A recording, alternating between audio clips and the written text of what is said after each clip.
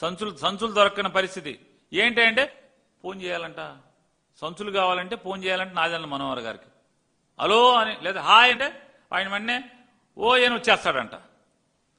నాదెండ్ల మనోహర్ గారికి వాట్సాప్లో ఆయన నంబర్ ఇచ్చాడు.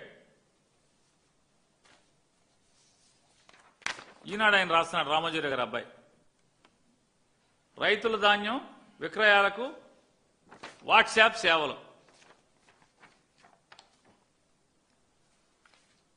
అయ్యా, ఆంధ్రప్రదేశ్లో ఉన్నటువంటి ధాన్యం రైతులందరినీ కూడా ఒక్కసారి ఈ నంబర్ చెప్తున్నాడు వినండి, 7337359375 అంట. ఒకసారి ఆయ్ అంటానండి, ఆయన ఓ ఎండ్ మీ ఊళ్ళోకి వచ్చేస్తాడు, మీ ఇంటికాడికి.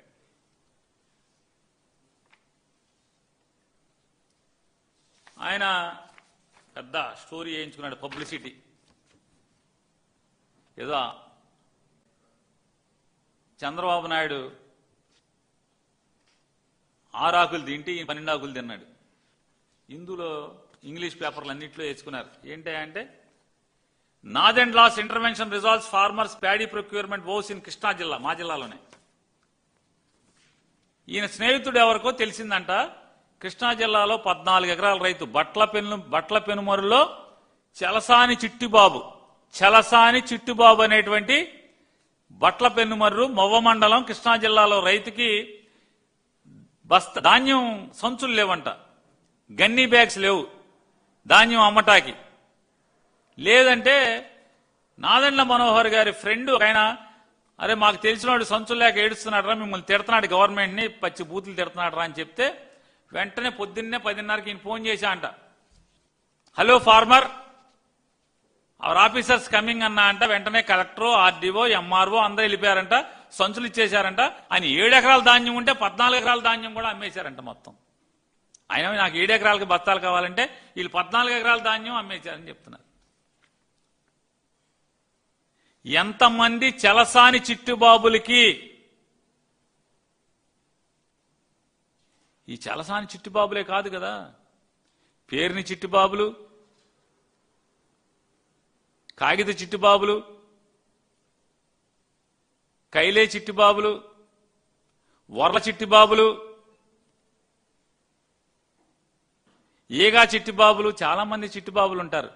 వాళ్ళకి మీ చుట్టూ మాకెవడ తెలుసు, మీ స్నేహితులు మాకెవడ తెలుసు, మీ స్నేహితులకి మేము ఆయ్ అంటాం, మీరు ఓ అని మాకు పొద్దున్నే ఫోన్ చేయటం, ఇది సాధ్యమా అని అడుగుతున్నాను.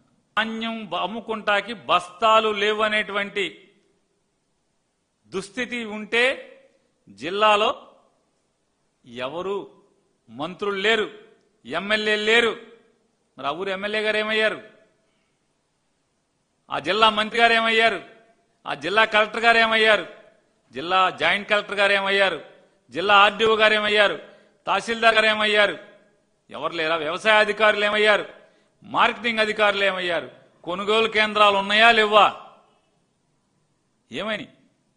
రైతు సేవా కేంద్రాలని, రైతు భరోసా కేంద్రాలని, జగన్మోహన్ రెడ్డి గారు పెట్టినటువంటి రైతు భరోసా కేంద్రాలని రంగులేసి రైతు సేవా కేంద్రం అని పెట్టారు కదా.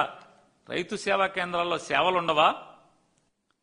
డ్యాముల్లో నీళ్లున్నాయి, రబీకి ఇమ్మని డిమాండ్ చేస్తున్నాం, రబీకి నీళ్లు ఇమ్మని చెప్పని, ఇవ్వాలని చెప్పని డిమాండ్ చేస్తున్నాం వైఎస్ఆర్ కాంగ్రెస్ పార్టీ తరఫున. అలాగే మినుములకి, పెసలకి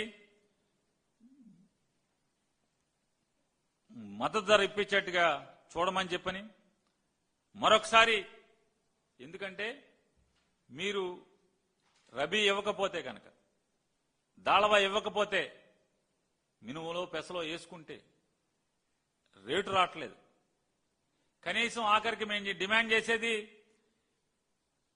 పెసలు, మినుములు అవ్వనటువంటి, అంటే పండనటువంటి చౌడు భూముల ప్రాంతాల్లో అయినా సరే తప్పకుండా దాళవా ఇచ్చి తీరాలని చెప్పని వైఎస్ఆర్ కాంగ్రెస్ పార్టీ తరఫున మరీ డిమాండ్ చేస్తున్నాం. ప్రజల ఖర్చుతో కంటి తుడుపుగా మోడీ గారికి ఒక ఉత్తరం రాశామంటే చేరిందో లేదో చెత్తపుట్లో పడేసాడు, ఎవరికి తెలుసు? ఇన్నిసార్లు మోడీ గారిని కలుస్తున్నావు, మీ అబ్బాయి కలుస్తున్నాడు, ఏమండి మా నాన్నకి చెప్పండి నన్ను ముఖ్యమంత్రి ఎక్కించండి మీ అబ్బాయి అడుక్కుంటాకి వెళ్తున్నాడు తప్పితే ఒక్కరోజన్నా ఈ మా రైతులకి గిట్టుబాటు ధర ఇవ్వండి, దిగుమతులు తగ్గించండి అని ఎప్పుడన్నా డిమాండ్ చేశాడా అని అడుగుతున్నాను. మోడీ మమ్మల్ని వాటేసుకున్నాడు, మోడీ మా అబ్బాయిని ప్రేమించాడు, మా చిన్నబాబుని ప్రేమించాడు అని డబ్బాలు కొట్టుకోవడం తప్పితే చంద్రబాబు నాయుడు ఎమ్మెల్యేగా 2019లో, 2004లో ఎమ్మెల్యేనేగా, 2009లో ఎమ్మెల్యేనేగా, ఏమన్నా ఏడేంటి? ఈ సిగ్గులేని మాటలు, అధికార మదంతో కళ్ళు మూసుకుపోయినటువంటి వాగుడు వాగే కంటే కూడా జగన్ గారి లెటర్లో వాస్తవం ఏముంది చదువుకోండి కాస్త. ఈ రాష్ట్రానికి మేలు జరిగేట్టుగా ఆ లెటర్లో ఏమైనా ఉన్నాయా? ఆ అంశాలు తీసుకుని భుజాన్ని వేసుకుని ఢిల్లీ వెళ్ళి ఆ పనిలో ఉండమని చెప్పని బుద్ధి చెప్తున్నాం.